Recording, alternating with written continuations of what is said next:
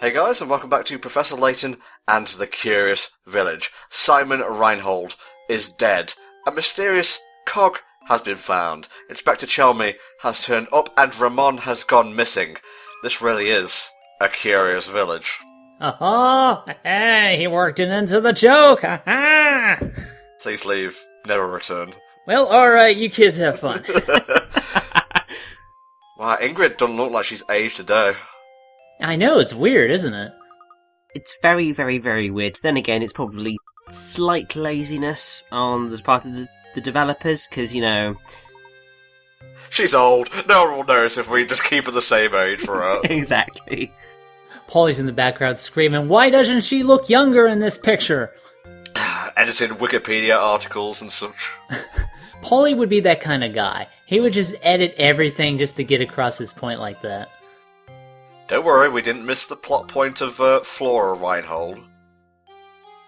It may appear like we're not really paying much attention to the story. We are, but for the most part it's just characters talking back and forth. The major plot points, oh, don't you worry, we'll keep you up to date with those. Yeah, and if the characters were talking to each other in front of a video game like most other people do, it'd make a lot more sense.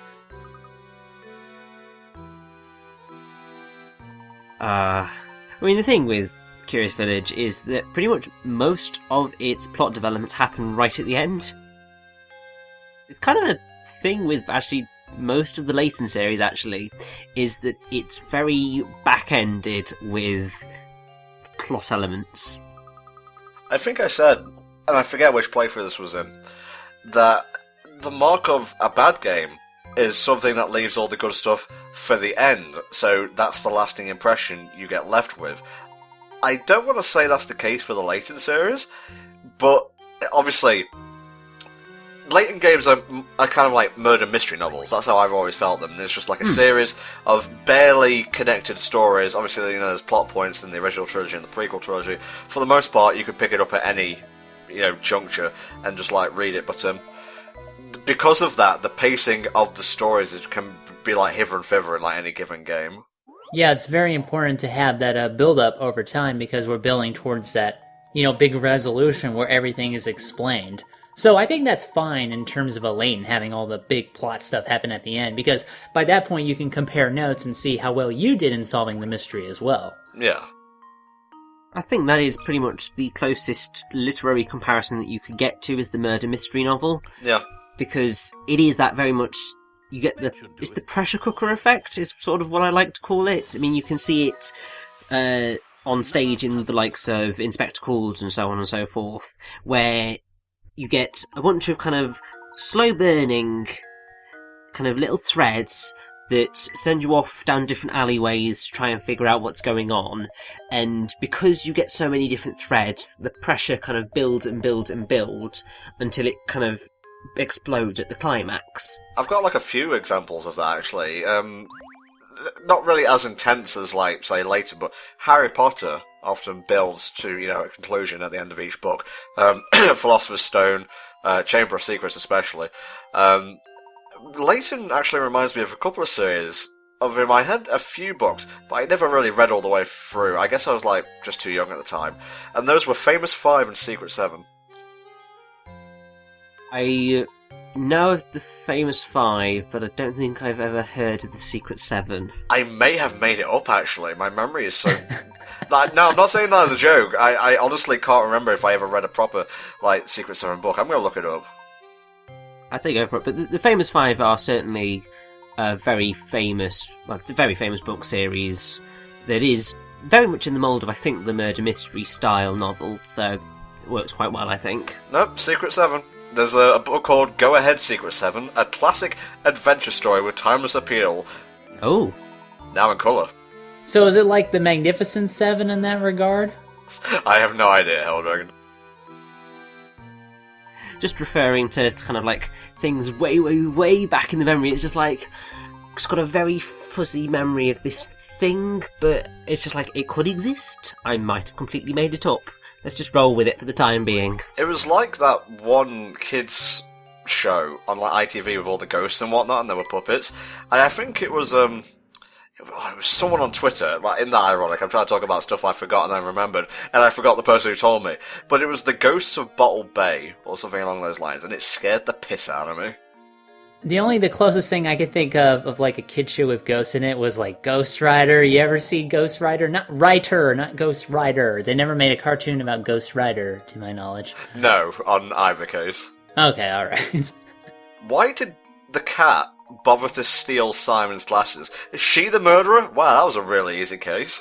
Well, I believe, was it Marco called her the fluffy white killer, so, They're glasses. Thank you, Layton. Truly, you've really helped us out here. Layton, I've got a theory. Try putting these on. Oh my god, those irises have just expanded exponentially. Yeah, Layton's got those really tiny eyes going on there, like you would see on the more simple-minded cartoon characters, but he's probably one of the smartest of the whole lot around here. Do you think that was intentional? I suspect so, because it's the very beady eyes. So, generally when you have people with beady eyes, they're generally seen as, I think, quite perceptive. So, because it's like the sort of eagle eye, almost, effect. So I think that's what they were going for. I mentioned earlier we're talking about this in like in terms of this is a frame story where Luke is explaining what's going on to his pen pal, HFC, great initials by the way. Hello. But, like, I wonder if at any point during the letter he's like, oh, well, Chenley was such a dickhead. I really hated him. Did he just, like, kind of get all emotional in his, friendly pen pal letter here? I think Layton would have words with him if he were to be such a blighter. Okay, well, I guess I would. That would be how I would write it, and I probably would not make a very good apprentice to Layton, I admit, because I don't have the brain power nor the politeness for it. You're a filthy yank, for starters. That's true. That kind of disqualifies me from the very beginning, doesn't it? Only the best British candidates for the role of Professor Layton's apprentice. Oh, so it's like the Red-Headed League in that sense. I mean, while we're making callbacks to Sherlock Holmes. Well, British until they make that Japanese live-action film. Are they ever going to go through and make that? They're making a Japanese live-action Layton? That's what I heard last time I checked. That's weird. I expected that for Phoenix and Phoenix Wright, but not like for Layton. Well, Phoenix Wright, there is a live-action film. It's yeah, I know, actually. That's what I meant. Yeah. I'd be down with a live-action Layton film. I don't know whether it will ever happen, because I'm pretty sure that they did once say that they were going to do a second animated Layton film to go into the second, well, to add to the prequel trilogy, but it never materialised. Which is a shame, because Eternal Diva was a really solid movie, and I think we're actually going to cover that at some point this year. Oh, we better do. Wow, that's the most assertive I think I've ever heard you, mate. Yeah, I really liked Eternal Diva. I don't think a live-action Layton would work. It's just, it's too set in its own original kind of style. I would much prefer to see a more higher-budget animated film. Like the French film that you mentioned that this art style was based on. I would much prefer that. Do more shit like Eternal Diva. That was fine. I mean, I would also be down with another animated Layton film, because the thing is that Layton is a very odd game series to want to attempt to turn into a film, because it is so engrossed in its puzzles, and yet Eternal Diva managed to convert that into a filmic narrative ridiculously well. I like how mad Smoothies gets about the crown puzzle. The crown puzzle. Yeah. The thing is that that's exactly the type of puzzle that exists in the games. I like how they worked. I guess we're just going to suck off the Eternal Diva film here for a little bit. Whatever, it's my commentary, I can do what I want. Especially in my birthday month. Like, the puzzle music was literally just coming out of a music box that was connected to the first puzzle as a whole, and when that music box stopped playing, the puzzle was over. So it's literally as meta as you can get, but it works. Yeah, exactly. And the thing is that I don't know even how they managed to come up with that. Because, I think most other people would have failed miserably in attempting to create a film version of Layton, and yet they definitely succeeded. The main problem, I think, in doing more stuff like Eternal Diva is that after a while, I think they would run out of justification. like narratively, for Layton to, you know, go and solve particular puzzles. I think they could do it if they didn't try to focus on replicating the gameplay to its exact specifications. Like, if Layton encountered puzzles in order to, you know, get to particular story-based events in the movie, I'm going to describe it like a video game, obviously. I think that would work out a lot better, but if it tried to be too close to the video game, I don't think anything past Eternal Diva would work out. So again, it really does depend on making a good story for the movie. It's weird, though, because the time frame between, like, Heroes Village and Diabolical Box, in the game's universe, not, like, actual release date, is a little bit muddied. And I can't really recall if there actually was one stated, so you could do another movie after Eternal Diva. You don't really need to say how long after the film it's been set. Well, I mean, the thing is that there are any number of places within the Layton narrative that you could put it if you wanted to. There's one place where it simply could not fit, which is the interim between Azran Legacy and Curious Village. And for anybody who has played Azran Legacy, you will understand why that is the case. For anyone who doesn't understand, play Azran Legacy. I'm getting that shit for Christmas. Oh, good. You can do that, and then I can watch that when you put it up on the playthrough channel. Haha! No. I'm not your playthrough, bitch! Thank you, this has been just talk about the Eternal Diva commentary. So, getting back to sweets, I guess. What's your favourite British sweet, Richard? Oh God, don't ask me that question. There are too many, and it depends whether you mean sweets or chocolates, because I'm more of a chocolate person than a sweet person myself, at least at this point in my life. So you err more to the savoury side of the sweet? Well, yeah, I mean, it's more towards the Milky Bars and the Milky Stars, and basically anything that's milk chocolate, Mars bars, that tends to go down quite nicely. Galaxy bar. Yeah, like we're over here talking about British candy and like, and Helldragon's just hearing, oh, a wishy-washer and a gibber-gabber. Oh, well, I have actually had British candy before. You know that, right? Okay, go on. Well, first off, I've had wine gummies before from England. Those were very nice, you know, very kind of rich flavor. They taste the same. They taste exactly the same.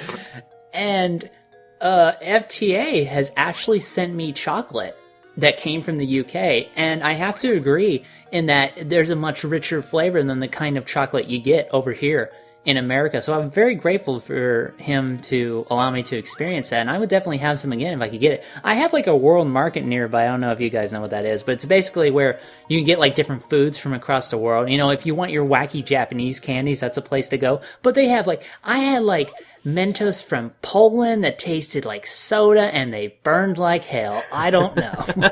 Well, you know, that's the danger of having imported candy. Okay, this one you should be able to get. What do you have to light first, Helldragon? The match. Bingo was his name-o. Yeah, this is one of those puzzles that just kind of throws you off. And every time I miss one of these, I just feel like the fucking dumbest guy around for just completely failing to miss it. Yeah, it's an idiot test is what it is. I did it! I mean, the thing is that on a technical level, it's a thinking outside the box puzzle. Because, I mean, your brain automatically thinks, well, it's got to be one of the 3 items dictated to me. Obviously, the answer is not one of those 3 items, because the question asks, what do you need to light first? Just don't ask that on the SATs, alright? This bet goes to Layton. It's so cold, Professor! You're going to enjoy the floor, bitch. Just have Luke, like, sleep at the foot of the bed all curled up like a dog. Oh, he's dreaming of puzzles again. His little legs kicking. Oh god, you know what would be an interesting thing to check? Is to see whether Luke gets a bed before night falls. Oh god. Okay, you've got my interest piqued. Now I gotta see this for myself. Oh, look at that tower just looming in the background. It's very effective, actually. It adds to the oppressive atmosphere. Well, I mean, it's the same as the top screen, because it's got all of the houses kind of just reaching up above you and towering over you, the same as obviously the tower does in the background, so it really adds to the oppressive quality, which is also aided by the music. I do like how Percy manages to have this entire conversation while just looking entirely at his watch, not even giving Luke the time of day, if you will. 7 minutes. That's exactly how much time I have to spend with puzzles. Man, just as a brief aside, I really love DC Douglas as Wesker in Resident Evil 5. I was so bored with that game, and then Wesker comes in, and suddenly I'm interested again, because he chews the scenery like a galactic whale. That's right, bitch. It's the moment you've been waiting for. Well, Luke, I'm just gonna hazard a guess. Just gonna throw out a random thing here. You're gonna have to solve a puzzle first. Are you sure about that? What are your sources? Just the Layton games in general, really. I don't really think that's admissible in court. Yes, Your Honor, I'd like to present Exhibit A, Professor Layton and the Curious Village. Excellent game. Excellent game. And that'll be the crux of my legal argument. Nobody can follow that up. That was too good of a remark. 10 out of 10, the Hell Dragon times. Indeed, after all, that's what a gentleman does. Richie? Yes? No. Oh. Just stop. Just stop. In this dynamic, like, I'm Luke, Richie is Layton, and we're in that fucked up bar! No, I was actually going to say, you're the trunk that the save function sits in.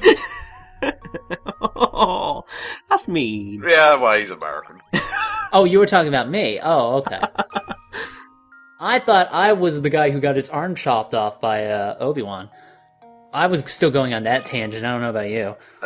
These longer parts are both a blessing and a curse. We've got time to, like, extrapolate on our points, but there's also, like, a lot of filler commentary. Well, that's the price you pay for covering a text-based game, I guess. Mm-hmm. Now, does anybody want to hear some lovely little information from an Iwata Asks about Curious Village? Please do. Right, so in the Iwata Asks for Miracle Mask, which was, I believe, with Akihiro Hino, basically the guy who is behind the Layton series, they talk about the creation of the series.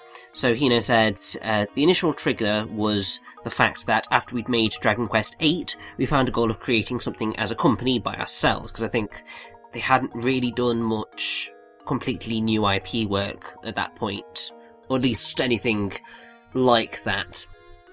So they wanted to essentially become their own sort of publisher, in a way.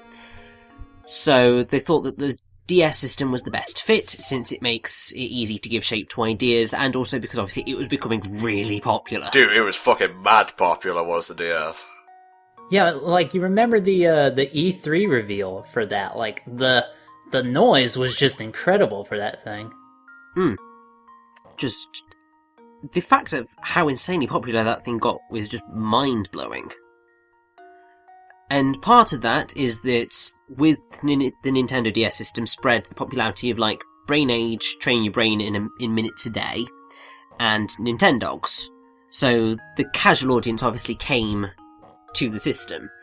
And that was part of the reason that they really wanted to capitalise on that, basically, because they thought that there was essentially a lot of money in the casual user demographic, the people who would play Brain Age. They weren't wrong. Yes, and so they thought they wanted to try and create a game that people who played Brain Training wouldn't be dissatisfied with, and in fact would quite enjoy, but something that did other things to the Brain Training games. Isn't that free on the Wii U's Virtual Console, Brain Training? Probably at this point, yeah. It was at one point, I know because I've got it. But then there's another slightly dodgier side to this, where this interview goes. Oh. Because, so, obviously there's money in the eyes, because, big market here. But what they then went on is, and this is Hino's own words, then we felt that there would be a lot of women among the casual users as well, so we thought that using TV personalities as voice actors might create a buzz. So essentially they started to specifically target a female market, which is perfectly fine. It's just the fact of, I don't know, the way that it's described here starts to feel a little bit sexist, because they said that on the back package of the game, where there'd usually be screenshots and explanations, they put photos of the TV personalities that were the voice actors and interviews with them, basing the concept on the content of women's magazines. So I think that's more in Japan, specifically, because I know that when it came west, it was the screenshots and about the puzzles, so that kind of vanished. But the fact that, well, the thing that makes me uncomfortable is that that was a thing that they went for. I mean, it's a perfectly viable marketing tactic, but it just feels slightly grotty. It's just like you can target a female audience without going for the stereotypically female elements of marketing. You gotta remember, mate, you know, different moles and shit over in Japan. Well, yes, exactly, but it still sits somewhat more uncomfortably, I guess, more now than it maybe did 2008, 2007 time. I think we're past that whole, like, advertisement thing of, will Douse save the girl or will Douse play as one? Well, you say that, and then like there's one, the... sorry, getting my words mixed up here. Well, no, but, I mean, you say that, but then you get the Triforce Heroes trailer. Wow, yeah. Zelda, before we get off this borderline SJW tangent, very feminine series, open to everyone. Boy, did the whole feminist movement take a fucking step or two back with that. It's like, oh no, I'm a woman, and I'm in danger, help me, man! Oh dear. At least we have Granny Riddleton here to make us happy by being a badass puzzle granny who don't take no fools. Okay, Richie, I think it's time for you to get back in the trunk and not talk for a little bit. Why does she live in a house inside of another house? That doesn't even make sense. Time Lord? Yes. We'll go with that. I mean, it is a UK-oriented series. Well, actually, I think she probably is actually a Time Lord, because this is kind of a slight spoiler, but she does also appear in the prequel trilogy. They do it in such a way that Layton and Luke don't meet Granny Riddleton until Curious Village, but she is there throughout the series, and she does essentially fill the role of a Time Lady, which is just amazing. What's the matter? I can't solve any of these fucking puzzles. I have to get this guy to do them for me. It's ridiculous. Did you hear about the marketing scheme in Japan? Ugh! I don't want to look at girls, I want to look at games. Alright, so there is noise coming from the tower.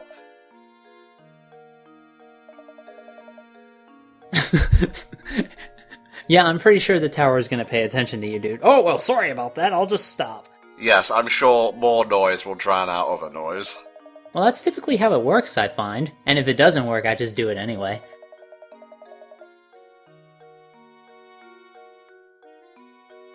Although, he mentions there might be a monster at the top of the tower. I have this sudden image of like a robotic steampunk dragon kind of thing, and that's kind of awesome. So I'm gonna go with that. Welcome back, Layton. Would you like to duel me? Was that your attempt at a Weevil impression? Yeah, well, this is my attempt at a joke impression. I don't think it worked out very well. Oh yeah, they brought up this whole golden apple business. I believe it's the treasure that Lady Dahlia wants to know more about. Mm-hmm. That was the whole crux of getting Layton into St. Mister. Well, I'm just saying, might as well just make sure everybody's following along. Richie, you are following along, right? Shut up, Helldragon. What? I'm merely concerned that he may not recall what happened, and I hope that by reminding him, he can also remind me. Okay. Yes, golden apple, it is a mystery. Now, golden apple, I believe they have one of those in Mythology. Am I correct, Richie? I'm trying to remember what the actual... It's a Greek myth, I know that much. This was on an episode of fucking Disney's Hercules TV show. The Apple of Discord, isn't it? Or is that just the one from The Adventures of Billy and Mandy? The Grim Adventures, yeah. Because that's the only one I remember off the top of my head. I'm like, God, that's just going to make me sound like an adult already. Right, so I've just got up a thing to do with golden apples. So there are 3 instances of golden apples in Greek mythology. The first case concerns a huntress named Atalanta, who raced against a suitor named Millennium, and he used golden apples to distract her so he could win the race because... Yes? Because cheating, okay. Yes, eventually they had a son called Parthenopaeus, who was one of the 7 against Thebes, and their marriage ended in misfortune when they were transformed into lions, which the Greeks believed were unable to mate with their own species, but they were only able to mate with leopards for offending the gods. Wait, huh? Wait, how did they get that idea that they can't mate with their own species? You ever seen a lion fuck another lion? That's true. Wait, you want to prove it? You go fucking look at it yourself, and you come back and you tell me. Yeah, take pictures. You also have the Garden of Hesperides, which is where... the Atlas's daughters are the Hesperides, I think.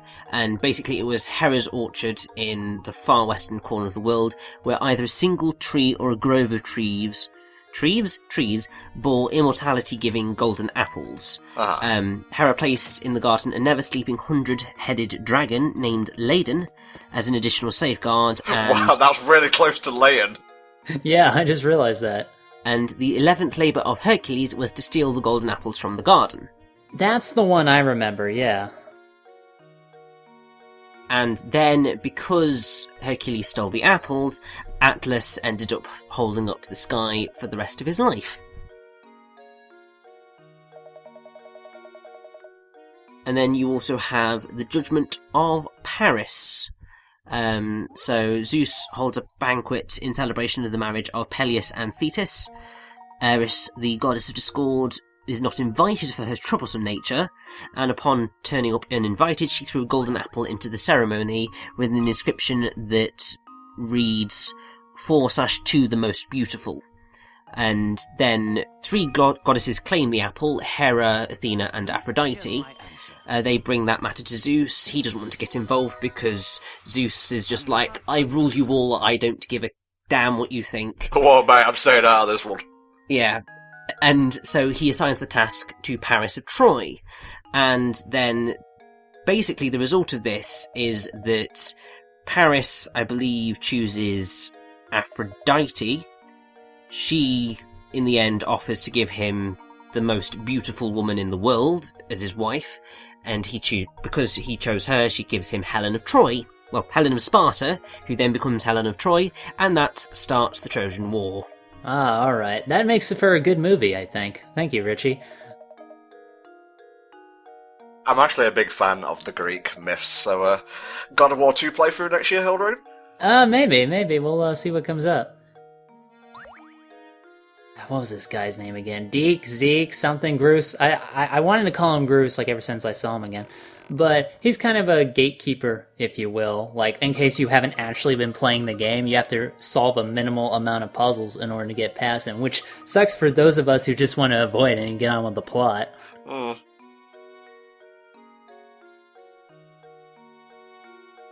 That mouse hasn't tried very hard to get away from the cat. Oh, well, I could, but it'll just catch me again, so... alright. She's just standing there not even doing anything about it. It's just, I'm amused by this, so I'm just gonna keep watching. You seeing this cat? I thought they were gonna talk to the cat for a minute there. No, they're just observing it right now. How the hell does Luke think that cat is Claudia? It's yellow. And also it looks like it came right out of Top Cut. Yeah! Hey, TC. Yeah, he's like one of the Cadillac cats, you know, from Heathcliff.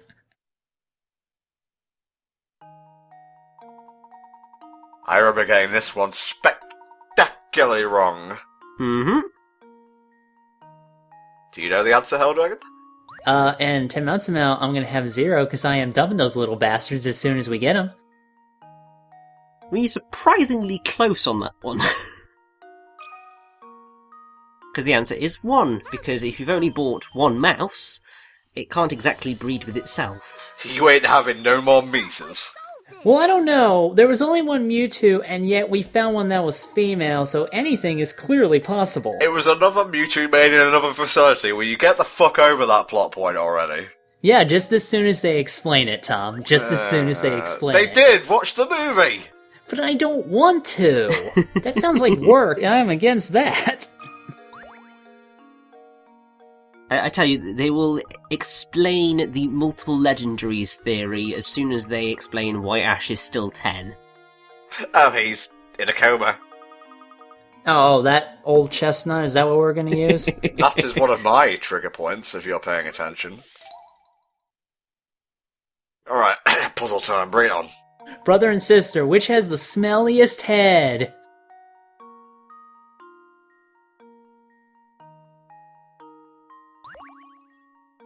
I don't know the answer to this, I'm waiting for you guys. This is just maths, basically, so they are both 6. 60. Wow, she looks really good for that age. Shut up! One of the rare instances of me making a mistake was like, oh, okay, well, it's a mistake, but I didn't fuck up the puzzle, so whatever.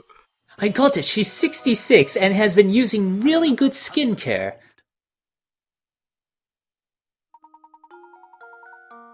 So that is how you do the maths to figure this stuff out. You see, I look at that and I think of the Sonic 3 special stages.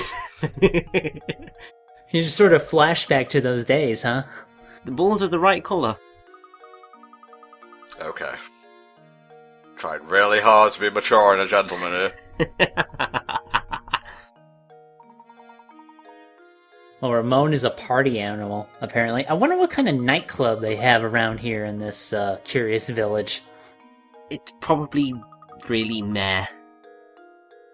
Although it would be nice to kind of just walk into a building and kind of see what machine they use for like the thud noise, like oons, oons, oons. Is it just like one thing clicking against something else? There's the spoons.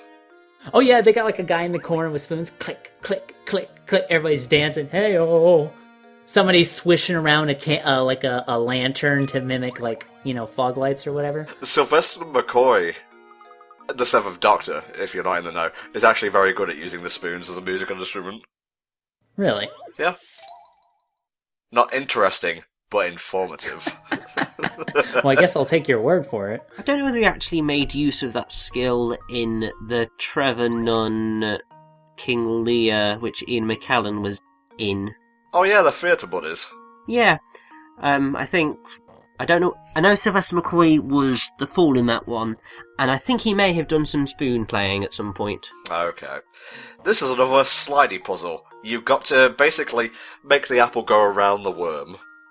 I am legendarily bad at sliding puzzles, and when we did Eco Quest, and I kind of cut to the end of that sliding puzzle I spent like fucking 30 minutes on it, just kind of trying to get them all in circle. Oh no, this one's over here, I gotta move it back this way. It just takes forever. The worst ones are those really complicated looking ones, but that you can solve just by going like around the perimeter. I hate those. Those can just fuck right off. You would not be a fan of Resident Evil 4 then. Yeah, that's the one I was thinking of too. I mean, I have to say, like, when I played the Layton games, because for the first 3, or 2-3 at least, the games had been out for a little while in America, so there were guides available. So what I ended up doing in how I played the game was I tried to figure out the puzzles for myself, and then checked my answer against the guide answers, because I was just like, I want all my Pickarats. But whenever it came to a sliding puzzle, I was just like, nope, do not care, I am just using a guide. Meanwhile, there's me and Miracle Mask giving it all this. I've got like 1,000 and I have 2 Pickarats, I think. Chapter 4. I have no idea how good that is, considering it's been forever since I played Miracle Mask. It's me, so probably below average. I mean, speaking of Pickarats, it's probably a reasonably good time to bring up the fact that, at least for the main story, you get a different total Pickarats depending on whether you're playing the American version or the UK version. Because the UK version actually has more Pickarats in it. For some strange reason. I think it does potentially even itself out if It's the exchange rate. Yes. I think it may even itself out come the bonuses, well, the bonus puzzles, but if you're just playing the main game, then yeah, play the UK version, because you get more Pickarats, which means that you are clearly the better person. So, this is clearly Luigi. I was about to say middle-aged Luigi. I finally moved out of my brother's shadow.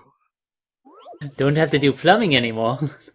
I don't really do much of anything anymore. Wow, that story took a really depressing turn. But why would you want to go to Isle Delfino? I heard what Johnny said about it. I sure as shit am not going there anytime soon. Yeah, don't expect much of value except for a postcard. Oh no, you missed the trash can! Clean up the entire island! What an asshole. Alright, we're going to put a nice, pretty little bridge just here. What sort of weird island paradise is this? I don't know. There's plenty of, like, floating cities out there. I can't really name any off the top of my head, but they're there. It does look like shit. It's what, Richie? It's Pacifilog Town from Pokemon. Is that how you pronounce that? I don't know. Pacifidlog? Nobody knows how to pronounce that town name. Nobody. I always puss out towards the end and just call it Pacific whatever. I think it's Pacifilog. Uh-huh. Didn't I call it, like, Bumville or something? Bumville, Hacktown, Shantyburg, something like that. Shantyburg, I think is what we called it. That one floating village that nobody gives a damn about, because it's just sort of on the way back that you never really need to travel. In the original games, its main point was to giving you a place to fly to, so you could visit the Sky Pillar more quickly. Yeah. It's also the place where you are able to unlock Mirage Island, if I recall correctly. Oh, in the Oraz. Yeah, well, I don't know whether it's in Oraz, I would assume so, because it's in the original. But you talk to this guy who's in one of the houses, and he will tell you if Mirage Island is there that day. Very simple puzzle, this classic concept. Which of these can you draw without taking your pen off the paper? I know the glasses one you can do that. Oh, one of them... Oh, sorry, it's the opposite, actually. Which of them can you not draw with a single line? Well, I was 1/4 of the way right, at least. Layton's apprentice saves the day. Correct in the end, Tom, but you're still dumb. We need to start taking away Tom's Pickarats for not being able to solve these puzzles. You sounded so sad, I'm sorry. I'm minus 500 Pickarats. And it's still declining. Well, it's fine, I'll lend you some of my 2,000 Pickarats. Richie, the last thing I need is for you to brag about how many in-game bits of gold you have, my friend. That's Luigi. That's Luigi. That's Luigi. Ask him for his autograph. Come here. Let me pull out a quarter behind your ear. Whenever you see us just, like, examining the place, this is me waiting for Richie to give me instructions on where hint coins can be found. Yeah, it's like, it's in that box on the right. Which box? I'm trying to pinpoint, but it's like that there are 6 boxes there, it's kind of that one. Yeah, and as you notice, if you click on stuff, Luke and Layton will often give their opinions on stuff. I did not want those boxes to pop up all that often, just to give us as smooth a run through as possible, so I apologise profusely. I mean, that's the thing that they definitely improved on come Miracle Mask Azran Legacy with the kind of birth of the 3D versions of the Layton games, because it no longer became accidental, the kind of bringing those up, because as it stands in this game and all of the DS variants, or all of the DS sequels... Okay, so I just have to say, dude fucking looks like Ichi Ayanuma. And I think the sun looks like a young Adachi from Persona 4. Beaches and shores, beaches and shores. There you go. The answer is 4. Well, it's 44. I was half right. He looks really old for 44. There we go. So would you if you had to work on Zelda games. Have you heard Zelda fans lately? Oh, that's true, yeah. I feel sorry for the guy. And he has Adachi as his son. I'd be depressed too.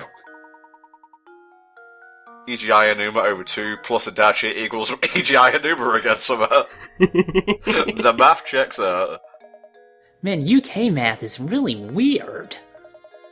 Maths. Yes, it's mathematics. Oh, they're taught by snakes. I'm sorry, I forgot to say that. Okay. Parcel tongues. Helldragon. Parcel tongues. Oh, yeah. Don't try and fucking own him with Harry Potter talk, that's lame. I was the first Harry Potter anyway. They never pay me back royalties from the movies. I plumped up just to look like that guy anyway. How do you know that? It's literally just like in a wall. Do you think...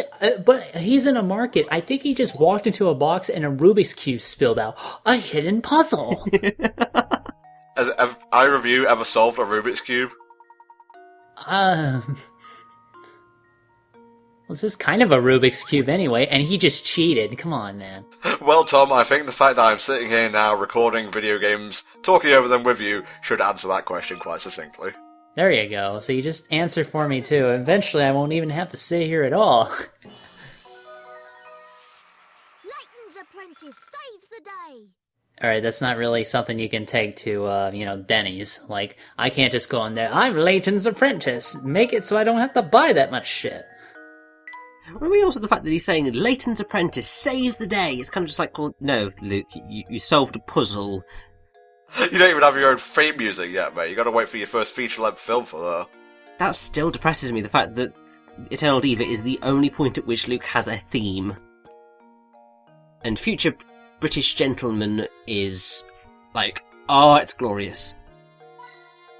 I do like the back there when you did solve that puzzle about how like the cubes broke apart, because that's exactly how I solved my Rubik's Cube. I just broke it apart and put all the pieces back. Step 1, smash it. Step 2, find glue. Step 3, stick that shit back together. No, I didn't even break it to the point where I needed glue. There's a way to do it where you don't actually snap any of the pieces. It's a bit tricky though.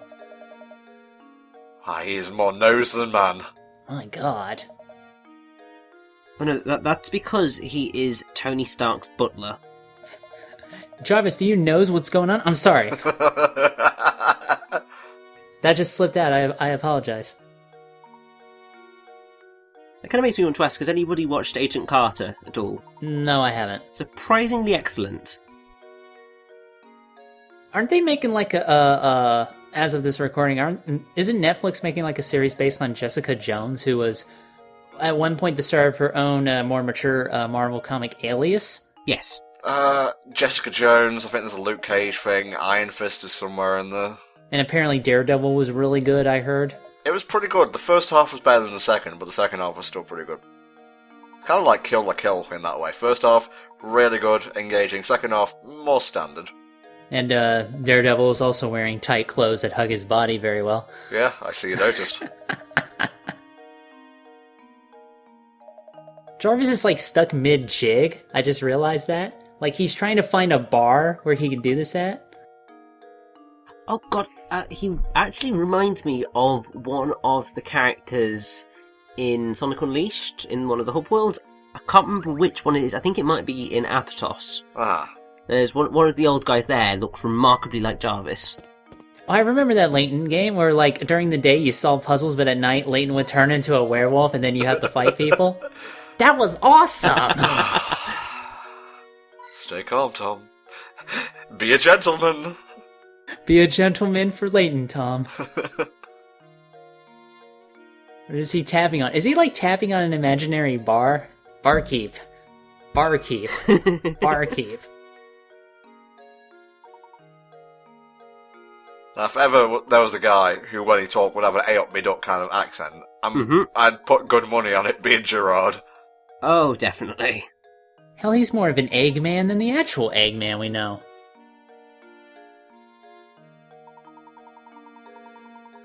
Sorry, we're just in awe of your tiny little mustache.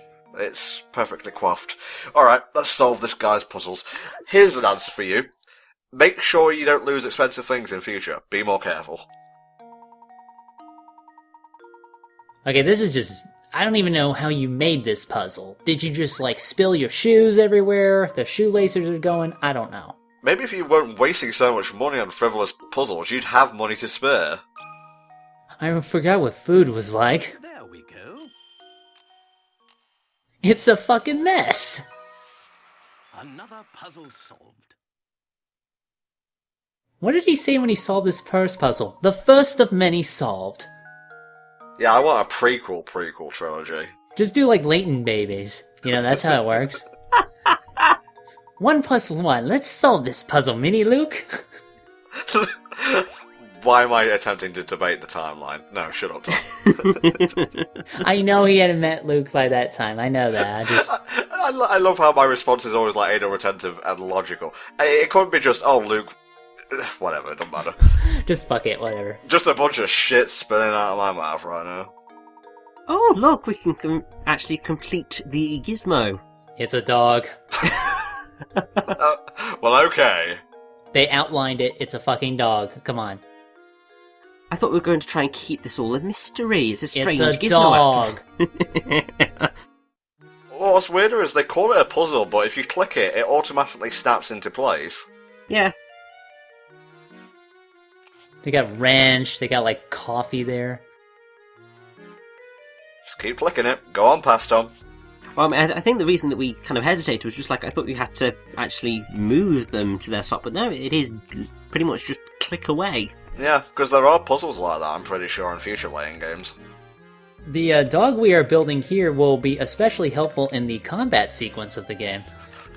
Amusing on 2 levels.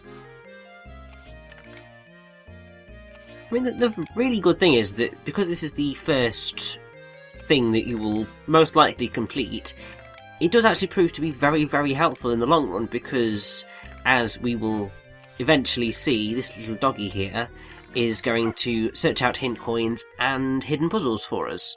It's Brian, but a robot.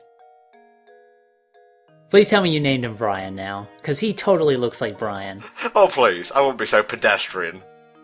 Let me guess, it's something else silly? You're gonna have to wait and see. I love this. It's like, yes, we are going to be so excited that we want to come out of the story to go into the bonuses. Yeah, make sure you save your game first. So yeah, by doing certain things and reaching certain levels throughout the game's story, you will unlock a new set of bonus challenges. Make sure you save before you turn off your system, though. Flame... Really? Flame? He is pretty much our bitch. I suppose, but this is...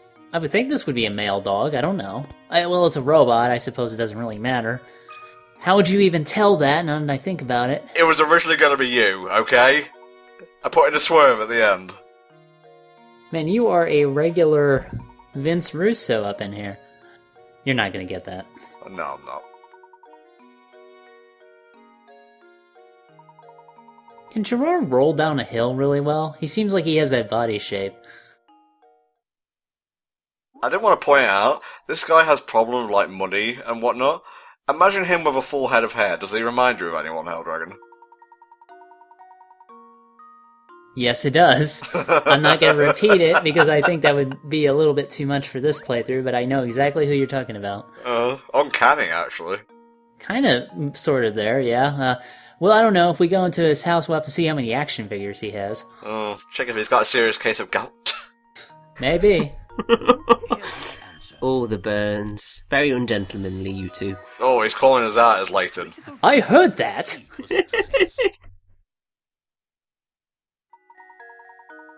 Sucker! Fooled you! I got your cash. I can't look at him the same way now. He's even more well-dressed than the guy that you were thinking of. That's a mystery in and of itself. Figure out who we're talking about. Oh, I think everybody knows who we're talking about. Yeah, we're not really subtle in the slightest. Well, Richie is a gentleman. He's got manners and good learnings and stuff. Quite right. Yes.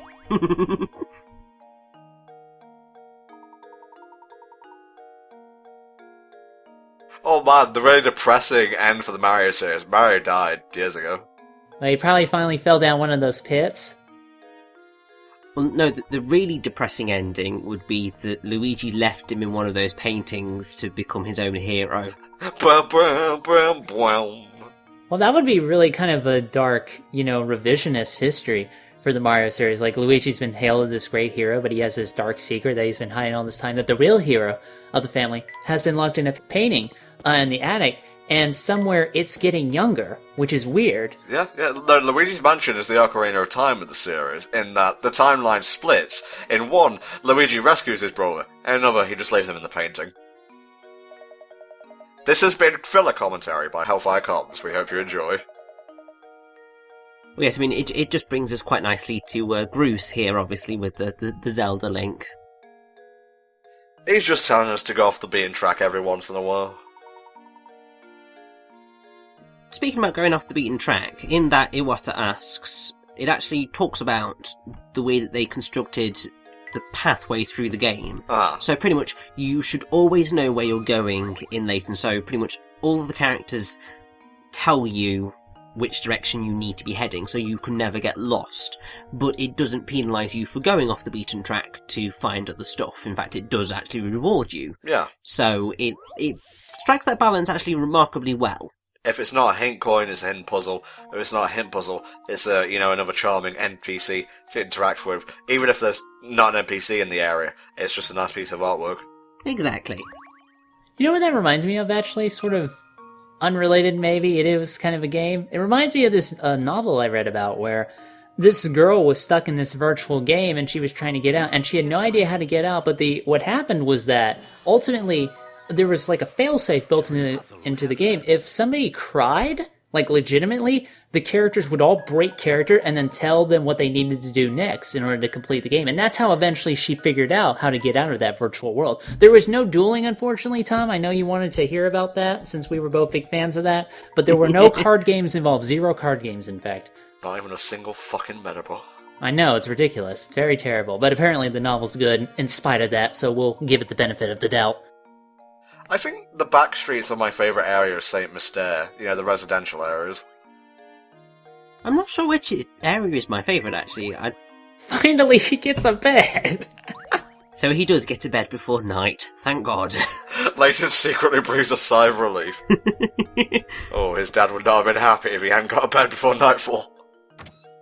Well, definitely not, especially considering his father is voiced by Liam O'Brien, aka the guy who voices Gaara in Naruto, I think. Is that meant to be a threat of some kind? Yes, Gaara will fucking kill you? I mean, even I know this. Pocket sand, sha. Oh, also, Liam O'Brien was, I'm trying to remember other stuff. I know he was Kane in Dissidia. And man, when that trailer hit for Dissidia Duodecim, and Liam O'Brien was like, he's gonna go kill all these crystal mannequins. He's just doing all this cool badass shit. I'm like, oh, fucking A, Kane is so fucking awesome. And then we got the game, and it didn't really work out, did it? I'll take your word for that, I guess. Alright, let's have another puzzle shindig with Rodney, and see how we go. Of course he would make a puzzle about stamps. Oh god, this puzzle was an absolute bogger to try and explain. Yeah, it's a dictate to Endum 64. Because it's just like, so what you've got to do is you've got to create collections of stamps that are equal to the value of £1. Yeah. Or I think it's $1 in the American version. It makes sense, obviously. But it's just like, trying to explain, so 10, 60, 20, 10 go together, and it's just like, oh. You think it would be obvious, but look at who's controlling the game here. I think that the one that we had the most trouble with was getting the backwards L in the bottom right corner. Hey, that reminds me, when you guys were doing this, this is obviously a very visual kind of puzzle. Did the guide you were using, or, I assume you got this off of Game FAQs, did they have like a visual puzzle guide maybe available for download to kind of point out how some of these were chopped up? So there are 2 guides that we used. One which is a Blogspot guide, which is kind of the one that I have always used whenever I've done Layton, because everything is in pictures. So it says, here is a picture of the area that you're going to, these are the locations of the hint coins, this is the progress through the puzzle. Then we had one from Game FAQs, which it was much more wordy with things, but it was very helpful for like the picture, like the water puzzles, because it was just like 8 into 5, 5 into 3, and so on and so forth. Oh, okay. So we kind of flitted between the 2 guides to get a nice balance for whichever puzzle we were on, really.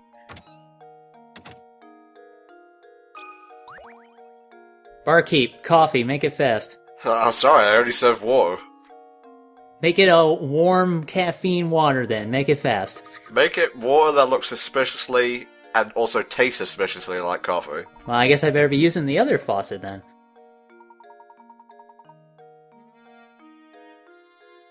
Oh yeah, we were meant to be finding Ramon. Sorry, I got so caught up in talking about like Naruto and shit that I plumb forgot about him. Well, it's fine because all we'd be getting from Ramon is a hoo hoo hoo hoo hoo. Note to self, don't try and replicate that laugh, you'll end up actually laughing. I'm actually a giggle puss. I know I come across as a Giggle what? shut up. I know I come across as a really anal retentive arsehole, but I enjoy a laugh. Giggles are always the best. I mean, I still am absolutely in love with the giggle that we all had during Harry Potter and the Philosopher's Stone. How about a game of wizard crackers, Potter? That was amazing, and I don't think we can replicate that anytime soon, to be honest. I just don't have the energy levels. No, I don't think that will ever happen, especially not in parts that are this long, and considering the next one is even longer. Oh, it's only longer by about 7 minutes, behave. Why is the chapter over? We didn't find him. Well, you gotta stretch out the mystery somehow. Yeah, that's true. Don't forget, this is the Layton game with intermission bits.